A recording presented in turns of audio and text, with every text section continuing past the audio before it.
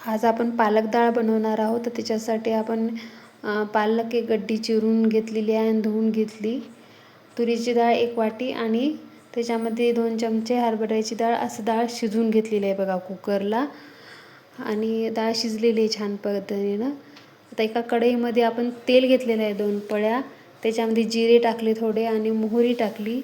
जिरे मोहरी तडतडली की त्याच्यामध्ये अर्धा वाटी शेंगदाणे टाकले आणि एक बारीक कांदा टाकला बघा.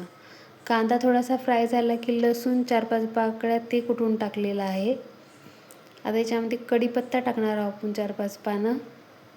कढीपत्ता थोडा फ्राय झाला की त्याच्यामध्ये आपण टोमॅटो टाकणार आहोत. टोमॅटो थोडासा मऊ झाला की त्याच्यामध्ये 1 चमचा लाल तिखट टाकणार आहोत. हळद टाकणार आहोत पाऊण चमचा आणि 1 चमचा मीठ टाकणार आहोत. हे सगळं फ्राय झालं, चांगलं मिक्स करून घ्यायचं आणि थोडंसं शिजू द्यायचं. आणि याच्यामध्ये पालकची गड्डी जी आपण धुवून चिरून घेतली होती ती टाकायची आहे आणि पालक छान मऊ शिजवून घ्यायचा आहे आपल्याला.